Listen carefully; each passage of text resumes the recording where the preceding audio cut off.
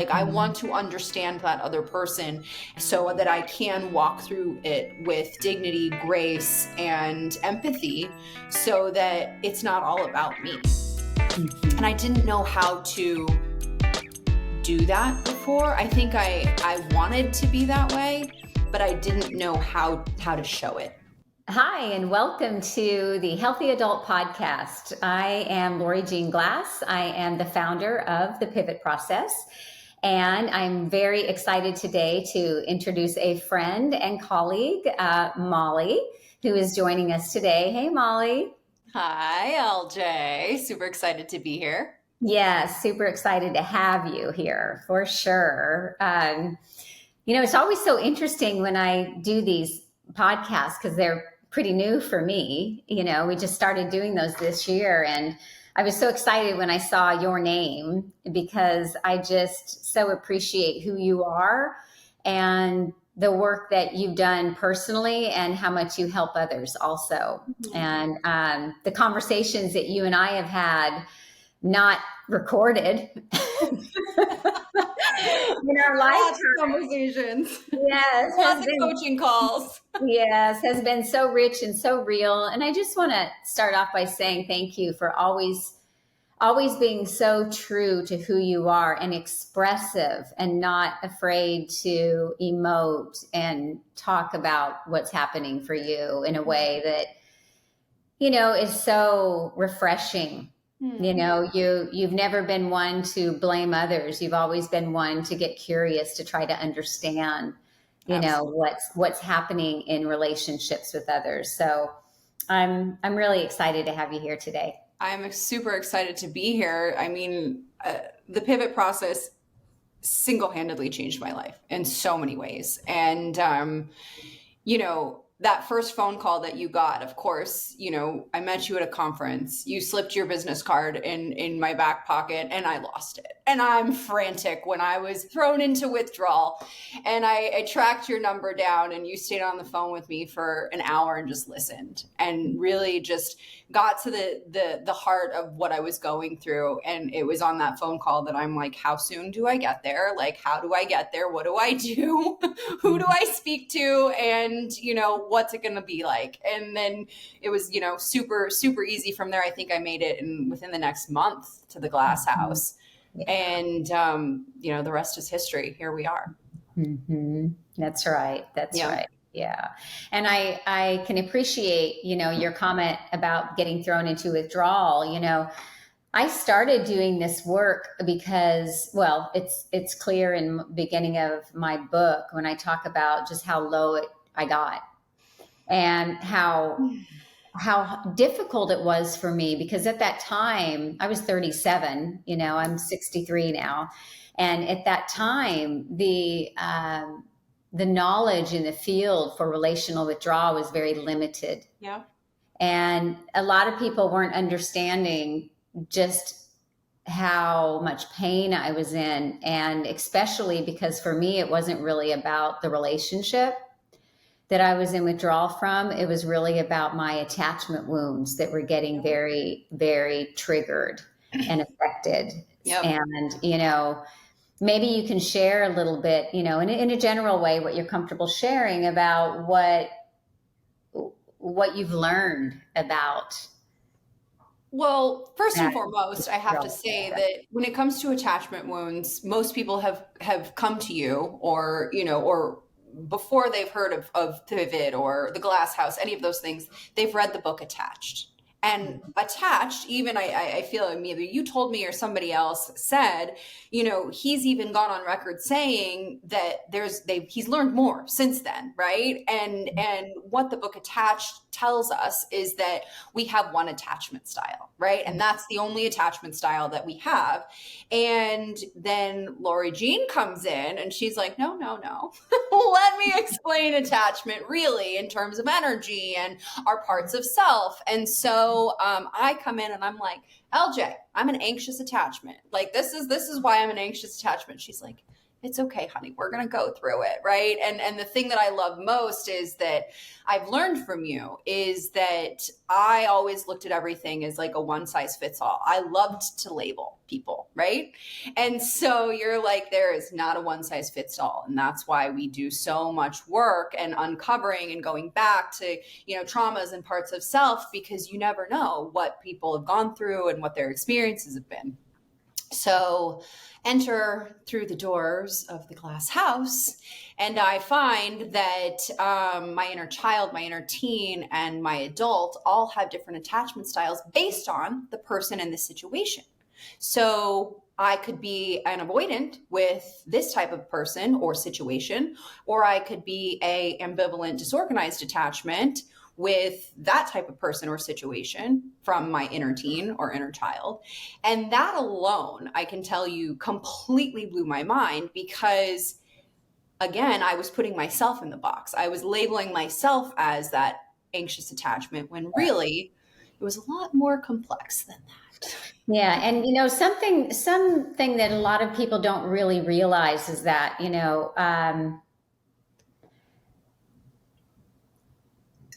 people misunderstand anxious people. Mm-hmm. A lot of times what looks like an anxious attachment is an avoidant attachment. Mm-hmm. And you're just frantically doing anything you can to be able to not deal with what's going on. Right. When you're really avoiding the person or the situation. Yep. That's why I love looking at attached through the lens of energy. Yep. Because you can have high energy and it doesn't necessarily mean that you are anxious. Right. And you can also have high energy and it doesn't necessarily mean that you're not ambivalent. Right. So I think sometimes what people think about other people is not always really what's going on. Yep.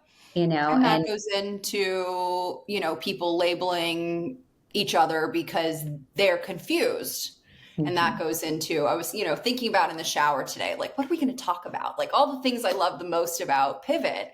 And one of your taglines, if I remember correctly, it's from confusion to clarity or something of the sort. Right. Mm-hmm. And I think we're just so wounded and we're so confused because we don't have this knowledge that you provide and we don't have the tools that you provide.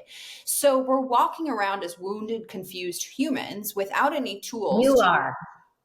I am. I'll speak for myself. I was walking around as a wounded, confused human, not knowing how to communicate my feelings and not understanding what my feelings actually were until I got to the glass house and really started digging deep and uncovering some of the stuff that was dormant that I wasn't, willing to see prior to doing the work that we got to do together. Yeah. Yeah. It's such a journey, isn't it? Such a journey. Man, a journey I think I might be on for a long time, but I can say that at least now I'm looking through the journey and looking at the path ahead with the right lenses. Mm-hmm. Before they were super dirty, and it's like I got to get them cleaned when I came to the glass house. Yeah. Yeah. And, it's not a straight line. Like I always tell people, there's a lot of things that I would like to do for the field that I work in. One, I've been very vocal about. It's about changing love addiction, just taking that term out, which, people have heard me say that and talk about it a million different ways. The other thing I think is important is that, a personal growth journey doesn't have to be work. I have this thing lately, and I don't know if it's just from my age or experience or whatever, but when I hear people say, I've got to do the work, it's like, gosh, it's really just, I want to be on the path. I want to be on the journey, because you're right. It's not a straight line. And we do pivot backwards sometimes because we have parts of ourselves that are wounded that we are continuing to lean into and getting to know on a deeper level. Totally. I'm so, I got my fire in me loves the fire in you. And that's our friendship. That's our fun. That's our, I will free people it out at a concert any day with you. And that's why I love it too. When you have to say, okay, this is going to be a friend conversation, you always set the context. You're like, what the, like, hold on, let me take my coach hat off for a second. Yeah. He said what? Yeah. Well, it's just so human, right? It's Right. just so human. It humanizes all of us. And Right. and I think as healers, when we stop humanizing our own experience, Yep. that's where we get injured. Yep. That's where we get injured. And I just, back to that concept of work, I just really think that it's like, we're going to stay on the journey. And sometimes we're going to really need to ante up to pay attention to what the universe is trying to teach us or offer us. Absolutely. You And know? it's so brave. It's so brave for those of us, and I'll speak for myself. I didn't realize at the time what I was taking on. I really didn't ask what I was about to do at the glass house. I knew there was, some experiential stuff, and I knew we were going to have one-on-one and all this stuff. But looking back, right, that path and the journey that, since meeting you, it's almost been a year, and the two retreats I've been on now, it's just magic. It's hard to explain, really. Like, and you do have, formats and modules and writing exercises, and there are actual tangible tools to take, right? But really the magic happens with the experience on that journey Mm-hmm.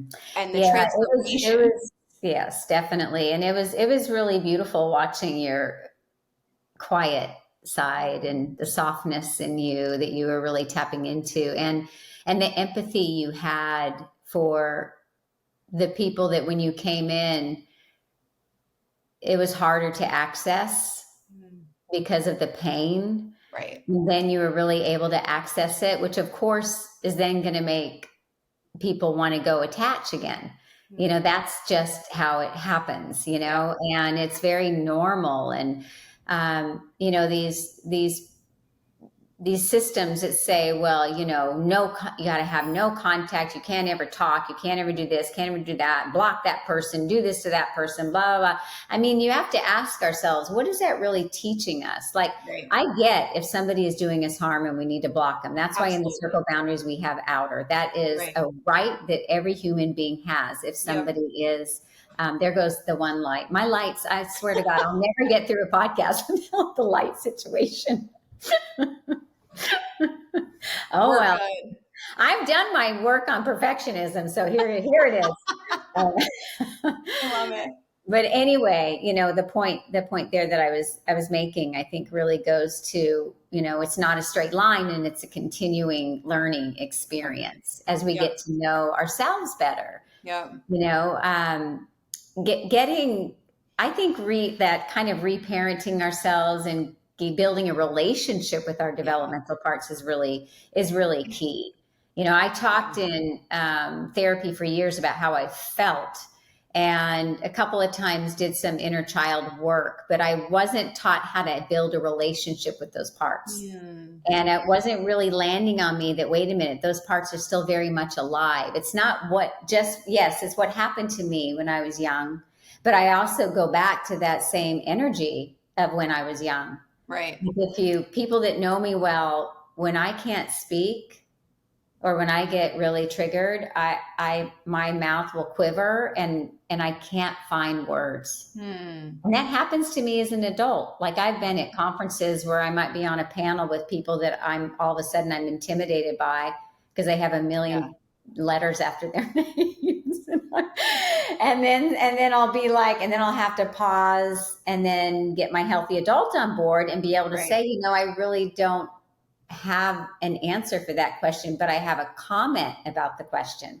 And then I can lean into it and be Lori Jean and speak from what I know and be open to sharing what I don't know, you know what I'm saying? And that kind of is the beauty of what I witnessed in you walking through our process, and then being able to go and then, fall down a few times and then get back up and know why you fell. Right. That's really where the magic is. It's like, oh, okay, now I get it. Yeah. I think that a lot of people, and I guess maybe I am kind of generalizing this one comment, but it's just true. A lot of people really don't know sometimes why they're doing what they're doing, Right. why they're feeling what they're feeling, Right. because their nervous system has taken them Yep. hijacked them, and they're not able to access that rational thinking. Oh, I was real clear when I jumped on the crazy train. I told you the next day, I was like, LJ, I boarded and hit the gas and went full speed through the You station. went into the And I mountains. knew it. You went out to the ocean. Full speed. Across I'm the like, don't country. care. That happened last night. Oh boy. I think that was like hey, LJ, Fernando, just so you guys know, I finally boarded the crazy train. Yeah. And that was I think it was about 3 months after I was forced into withdrawal. It was like, I didn't do the no contact. I didn't do the blocking. I didn't do what I think that my little girl probably needed, which is, something, the conversation, it was thrown into withdrawal, broken up with via text. And it was just, I was trying to move with the feelings and have the empathy and understand what was happening. Right. And so even, after being at the glass house, it's something just, and I'm like, okay, it happened. We're on the crazy train. And that was it. Yeah. Yeah. We've been doing a lot of conscious uncoupling with some of our couples, and it's really such a beautiful experience. And I know that some people might not like to hear that, conscious uncoupling, that sounds so scary. The truth is that, in every relationship, there's two people, and they both Right. have a right, and they both have a story, and they both have a process. And sometimes it takes a minute to really understand what that is, what Yeah. exactly that is. And when two people can come together and really understand it, it really saves the planet from more negative energy, because It you can, saves a train crash, like a train wreck. yes, yes, yes. And gosh, when I look at my mistakes, when I've exited relationships, my dismounts have been so messy Mhm. sometimes. And, the more I lean into the truth of how I'm feeling and what I need, and have an understanding of it, the more I can speak to the relationship to get curious and find out if it's going Right. to really be the right one, for Right. me. And And the experience of that, okay, now it's over. Now where do we go from here? And the very first module is thrown into withdrawal. Like there's two. You either chose it or you were thrown into it. And there's just so many I want to call them journal prompts, but they're questions in the material that evoke things that are like, oh, I guess I didn't look at that. Maybe I didn't see that. I hate the term red flag. I hate it, right? Because I just feel like it's, where it's a character wound of some sense, right? But I missed that in the beginning. I always say red flags are a drop of curiosity. Yeah, that's Think about, exactly what they should be. Let yeah, me get curious. just Why? yeah, Yeah, or like why? they're into intuitive nudges. Yeah. And Like they and don't. why is this bothering me? Like what does Mhm. it trigger in me, and how am I showing up and potentially creating that, right? Like how are my wounds being activated right now that's triggering that person's wounds to be, this perfect little storm, and there's an argument or a disagreement and conflict, and without pivot tools, Mhm. you're not going to have a good way to solve them. Mhm. Basically. Yeah, it's interesting too. Some couples are well met and well matched from the beginning, and they kind of roll into that. And I always, when I meet couples that are well connected. Last night, David and I, my partner and I, went out to dinner with his best friend, and they've been married for over 50 years. Aw. Yeah, and they are the cutest couple, and they are so well met and well matched, and they were from the beginning. They were. They had a great start, and they didn't come from simple, backgrounds. Both of them had trauma growing up, and yet they really were connected like that. And I think that many people kind of fantasize about that type of connection, and The truth is they're rare, and it's okay that they're rare. I always felt like, sometimes I would meet someone and they were my, soulmate and my twin flame and all the things that we hear about that some people love. When I was younger, I loved those kinds of I concepts. still love it. They made me feel warm and and the truth is like, man, my twin flame blew me up. Yeah. I mean, Same. yeah, and I blew up people. Oh my God, when I look back, the people that I hurt, I feel Yeah. so bad because I was fighting the wrong fight. Yep. I was looking for somebody to fill that hole in me that had been wounded at a very, very, very young age, and all the things, right? All the Yeah. things. But Yeah. the couples that are really successful when they come from pivot either choose to consciously uncouple, or they lean in and they know each other's developmental parts so well that they actually can create connections Yep. and be able to clean up messes so much quicker because they know what's going on. Like my partner knows when my adolescent self is up, and he'll just sit back and eat the imaginary popcorn and let Yep. me blow, and he'll say to me, hey honey, do you need to rant? I'm like, I do need to rant. And then I rant and I'm 5 minutes into the rant and I start laughing because I can hear myself Yep. and what I sound like. And then I giggle. I'm like, oh my God, I'm so sorry. And he's like, no, it's totally okay. I'm like, what I'm feeling is not what I'm saying, Yeah. and we can get a laugh and then I can pivot into my healthy adult. And so Right. what used to be a 5-day fight is like a 10-minute conversation. Right. So let it out, just get it out. And to have a partner understand that and not take it personally, I think is amazing, right? Because Well, as long as we're able to, communicate. that's right. And Exactly what it is. invite them. I used to think they just get it. Like, why don't they know this? Well, they should know this. Like my silly carrot cake story in my book. When I Yeah. talk about the father of my kids, like, why didn't he know to bring home the birthday cake that my mother made me every year? Like, Right. hello, he brought me a cake. Right. And Right. where's he going to find a peppermint cake with candy canes and gumdrops all over it? Right. I mean, it's so interesting. And then how we communicate is what we learn in Pivot too. That's important because if we're communicating in a way that is it's more of an analysis of the situation as opposed to your feelings or Right, experience right. of the situation, Mhm. then the partner or my ex, let's say, felt attacked and felt shamed and blamed when I was doing everything I possibly could to feel or to explain how I was feeling. And it felt vulnerable to me. However, the way that it was coming out of my mouth was in an analysis of maybe what he was doing wrong. And that's unfortunate. And I Yeah. think a lot of people are Well, doing that, yeah, and they just don't have tools. And that's now right. I'm so lucky that I do have the tools to explain how I feel as opposed to the situation that's happening. Yeah. I think the other big thing I see in couples that's really difficult is, you know, couples, I always invite couples to consider this. You want to be in the relationship Yeah. more than you're processing the relationship. Oh, yeah.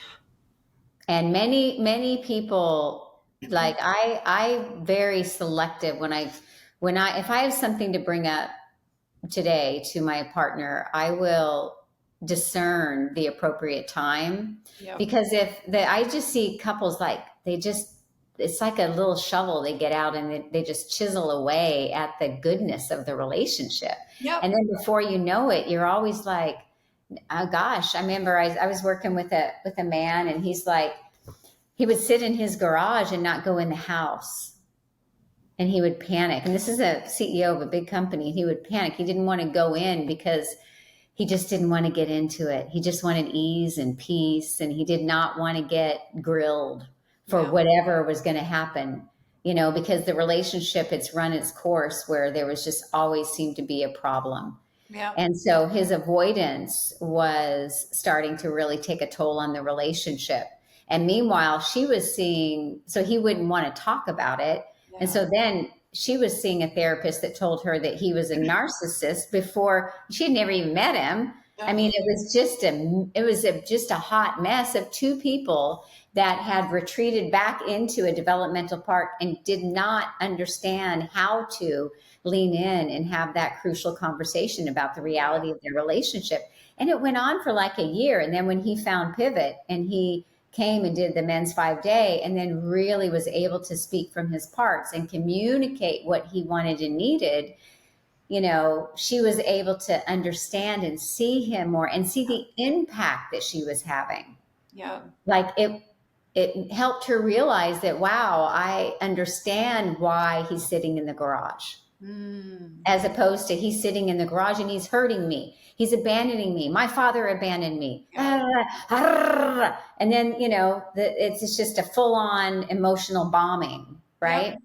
Yeah. And it doesn't have to be that way. No.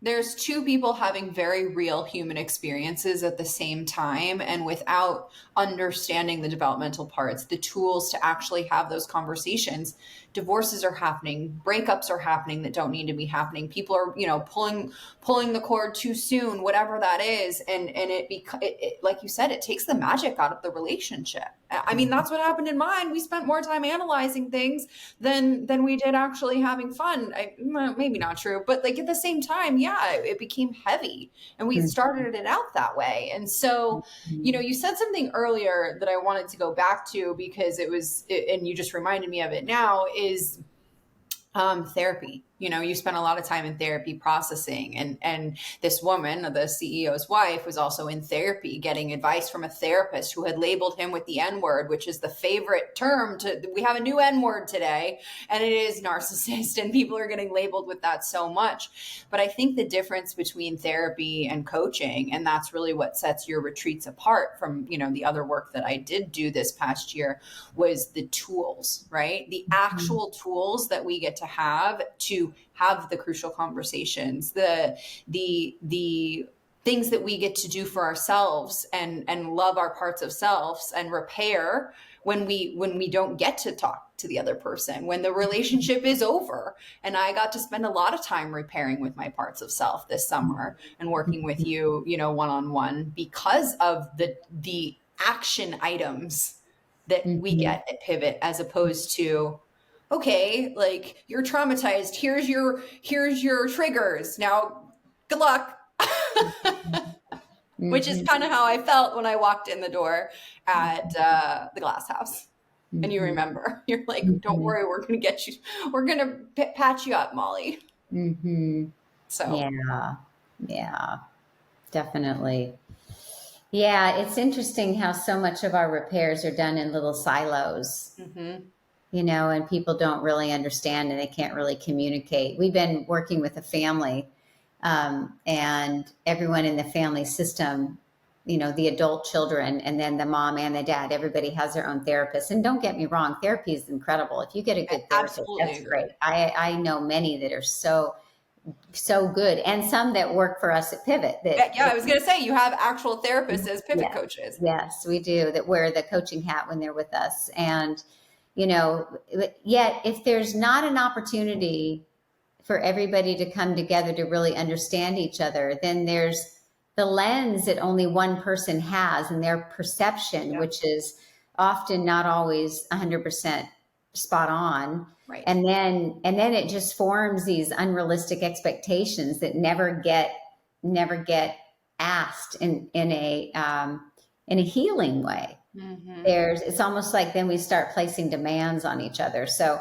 I think that any kind of help that, like, if there's anybody listening to this and they're in a partnership right now and there's some challenges, my invitation to them is to lean into something. It doesn't have to be Pivot, but something where both of you are there together, represented by your own person. Yep. Like when we work with couples, we have 2 people and 2 Pivot coaches. Right. That way, there's 4 of us coming together to really help each other understand. So I can say, hand on heart, look at what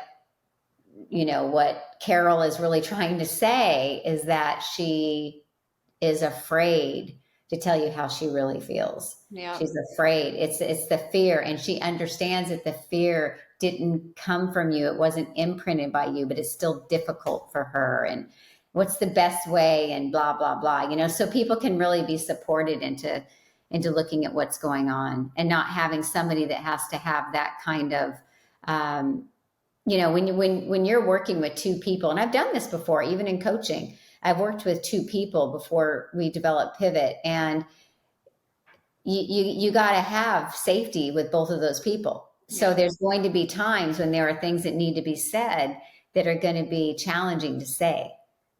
And so people will, the healers, if you will, we'll just call them that, will have a tendency to just lean back and slow down. And there's so many missed opportunities for the truth to be spoken and exposed, which prohibits, the behavioral change to happen in a timely fashion.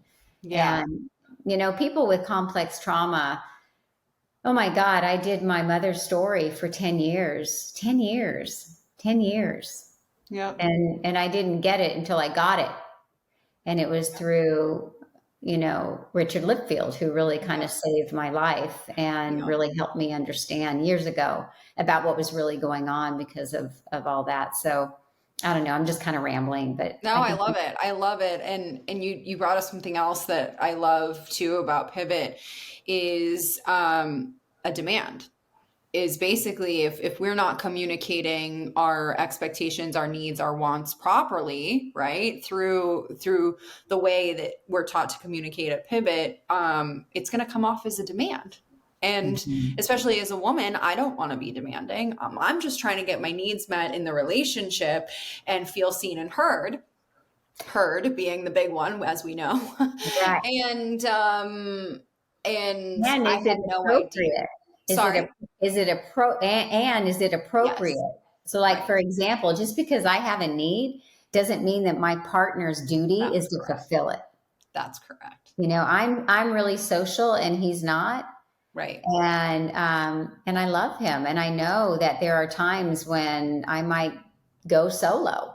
Yeah. And 20 years ago, I would have taken that as a personal, like, well, you don't want to be with me. It sounds so teenage-ish, but it was my teenager, like, don't abandon me and come with me. And now it's like, okay, cool. I get it. And when he does show up, he's great. I mean, he's very social, but he is more of an introvert, and he likes his alone time. Yeah. I like my alone time too, but he really likes it. Yeah. And understanding that. Sweet.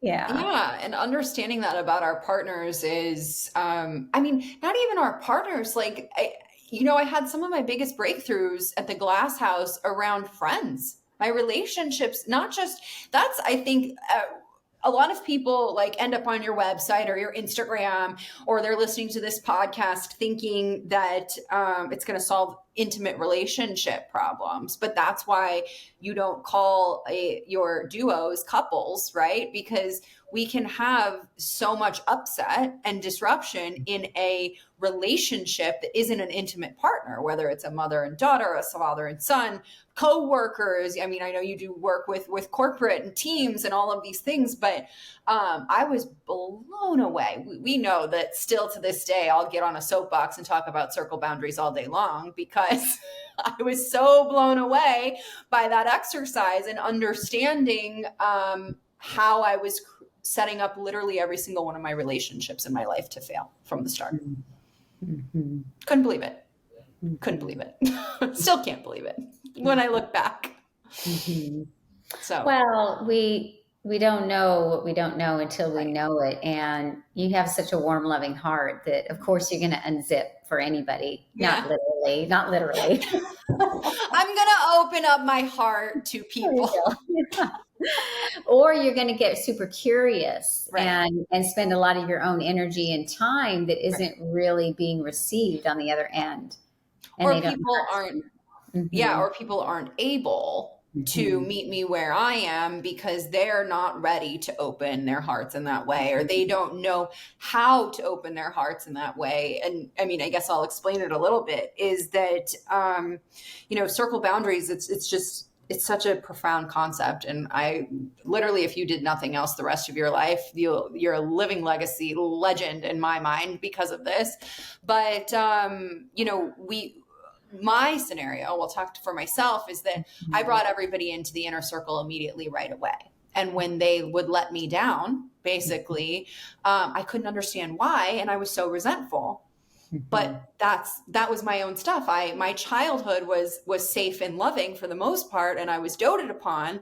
So when I went out into the world, I expected the same thing of other people and to give me the enmeshment and things that my parents gave me. And so when people weren't reciprocating the love that I was able to give, I was hurt, and my inner teen would kick in, and I would try to control the situation and have my needs met and all of these things. And I never ever had a And they get conversation. misunderstood. Yeah. Yeah. Misunderstood. There we Mm-hmm. go. You're remembering my exercises from our one-on-ones. I am. Yep. So it's just, and then therein lies the confusion, right? Right. And working through the modules to both my Healthy Adult 1.0 and 2.0 and getting all of these things on paper, I'm just like, it all makes sense now. This is all so clear. Let me go out into the world and try on this new jacket and look through these new lenses, because I'm present now. I'm able to be present because I understand what's happening around me in a whole new way. Mm-hmm. So cool. Yeah. Yeah. Well, the goal with Pivot really is, it's an individualized process, and it's really to get everybody to kind of own their mental health, right, and take responsibility for their mental health, so they can connect with others in a more secure way. And sometimes connecting in a secure way just means you become just an acquaintance with somebody, and you're securely attaching to them because you know exactly what the relationship is about. Right. Therefore, you're not disrupting your own nervous system and causing, yourself to go into that ride up and down the elevator, which is essentially our nervous system that just goes all over the place and takes flight. A lot of times people think that avoidants don't feel, and the truth is they feel very intensely, very deeply. Mm-hmm. And it can be very challenging on that type of nervous system too. Yeah. So it's just so interesting. I love people.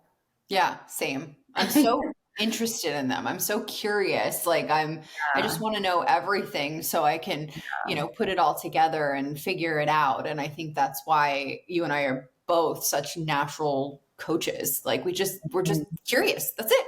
We're asking questions because we're genuinely curious. And I found in relationships, that doesn't always serve me. Well, all the questions. You did find out, and that's one of the things I love about your transparency, Molly, and being willing to speak about it, because you did find that out. And, hand on my heart, and this is, because I know this intimately, because it's how I rolled for many years. It's that ends up feeling like engulfment to somebody on the other side. Mm-hmm. They feel like they're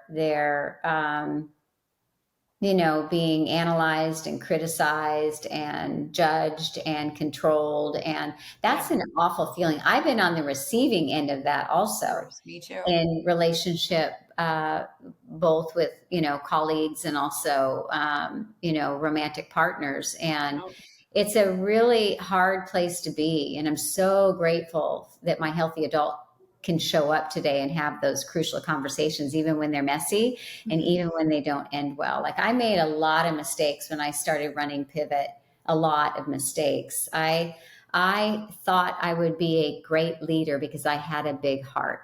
And what ended up happening is my codependency and ambivalence ended up wounding the brand and people that worked for me. So I had to learn that hashtag leadership should be a book one day if I ever have the time to write it, because most of what I've learned about healthy leadership. Thank you. You're welcome. But it's true. It's like I don't. If I met a leader and they just were like, "Oh no, I'm a great leader. I've been it's all been all good all the time." I would like get so curious with that. Like, wow, how'd you do that one? You know, um, so many things in our lives, whether it's our jobs, whether it's someone that is a leader, someone that is a teacher, someone that is a caregiver, whatever your roles are in life, there's always so many things to learn from those roles. And the more that I've been able to help people and our coaches have been able to help people pivot into their healthy adult, the greater outcomes we have with having more successful relationships. Because it's my responsibility to show up healthy. It's not somebody else's responsibility to act accordingly so I can feel safe and healthy. It's my job to feel safe and healthy. And if I know who I'm in relationship with and what the dynamic is and what my part is, and I'm able to act accordingly, then we can get somewhere. Yep, that's exactly right. Mm-hmm. And I didn't realize how much I was reaching externally to have those needs met. Like, I wanted somebody to literally hold my hand and walk me to my healthy adult and like help me feel safe in my healthy adult. And that's just not how it works. Mm-hmm. And, it's hard because I did have a lot of safety and security in childhood, yet what we uncovered during, I think it was 1.0, is that who I ultimately was at my heart was disregarded. I wasn't abandoned. My parents were right there. I had the opposite of a lot of people's experience at home, where I was praised and told how beautiful and perfect I was all the time, right? And what that did for me was not. I didn't understand who I was. I didn't have an identity of my own because it was laid. The path was so clearly laid out for me until I was 24 years old and my mom passed away. Mm-hmm. And so understanding that it's my responsibility and nobody else's today and every day moving forward to step into healthy adult repairs, understanding what part of self is triggered in that moment, letting it be okay that I need to order pizza and sit on my couch and watch Netflix, right? Because that's what my little girl needs, right? That is the path that I get to take because I was raised where it was very black and white. It had to look a certain way. Everything had to be perfect. Like today, like I miss, if my father were to see this, he'd be like, why'd you have chipped nail polish like that? You're not trashy. Like I'm like, well, that's just kind of how it goes. 'Tis the season to be merry. But it's just allowing myself to make mistakes, I think, and taking responsibility for those mistakes in a healthy way. Because what we uncovered at 2.0 is that one of my trauma responses is to overcorrect and take too much responsibility. And that's my adult, where I feel unseen, unheard, same stuff, right? Mm-hmm. But so the grace and discernment is what I learned going through Pivot, really, at the end of the day. Yeah, I love that. Mm-hmm. I love that. Yeah. Well, I'm happy for you. I'm excited for you. I know that you're in this stage in your life where you're really looking at your trajectory in terms of what you want to do with your career path and all of that. And you're just such a light in the world, Molly. And I'm so grateful I got to be a little piece of getting that little light turned on and continue to shine bright and tell your truth. And many people understand you. And when you have an opportunity to tell your truth, it doesn't mean that people always are going to agree, right. Or maybe people won't do things the same way. Yet when we can really own our truth, that's something that people can't really take away from us. Totally. It's I think that's the other part is trust in self, self-trust. is really, stop the outreach for confirmation of feelings and stop the assessment, inquiry from others to be feel justified in those feelings, Mhm. right? It's And then when really, you find yourself in those places, you know where you're at and you can self correct quicker, yep, like, absolutely. yeah. Um, And you mentioned it earlier, is that my goal is to have empathy for the other human in the situation always, right? Like I mhm, want to understand that other person so that I can walk through it with dignity, grace, and empathy so that it's not all about me.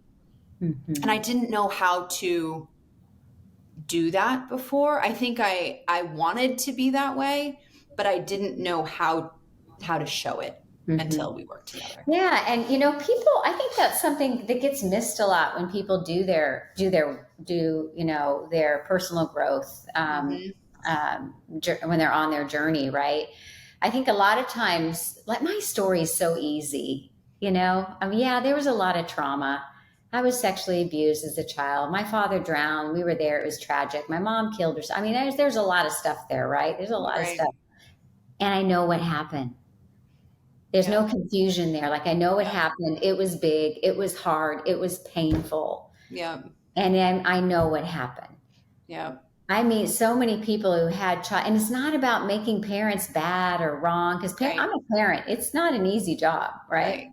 And we all do it perfectly imperfect at times, and we learn and we grow and we make changes and all the things, right? But sometimes when people your story is not shared by many, and it is one of there are some people that have great secure attachments and grow up very securely attached, and that's great. There are a lot of people like that. There are some really good parents in the world. There really Yep. are really great parents. I'm flashing over so many that I know that I've met, that it's so great to experience the beauty and how they parent. My sister was like that. She's a really good parent. Made some mistakes, but was for the most part, good parent. And um, your parents loved you, Hmm. and what they did, they didn't realize what your mom was doing to you. She didn't realize she was Right. doing it to you. So I Yep. mean this in her honor. Yep. She didn't realize it. But when a parent projects all of what they needed that they didn't necessarily get, and they want their child to be perfect, and their Yep. child is going to be everything, and their Yep. child is going to do everything right, Yep. that the impact of that leaves people so confused because the illusion of just how good it was, Hmm. it doesn't get uncovered. And what happens is they end up with that felt sense was I have to be that good. Hmm. All the time. I Or have to it's be not good that, enough. I have to be that pretty. I have to be that, whatever it is for the Yep. individual, I have to hit a home run every time I'm up to bat. I've heard this 100%. young man say in our last men's group, I Yep. had to do everything right. And I was so loved. My childhood was good. And Hmm. then they're an adult and they're completely destabilized and they don't understand why they feel they're not good enough, Yep. and then they can't draw the connection with, well, it's because that's how your imprints, the grooves that set how you think about yourself, got imprinted at a very young age, that you are good enough and you have to be Yep. good enough and you will Yep. always be good enough. And it's hard. That's a hard backpack to carry through life for Yep. anybody. No, nobody is going to go through life with the stamp of perfection. No one. No. And I didn't even realize that I suffered from it So until I'm I started. celebrating your Yeah. fingernails.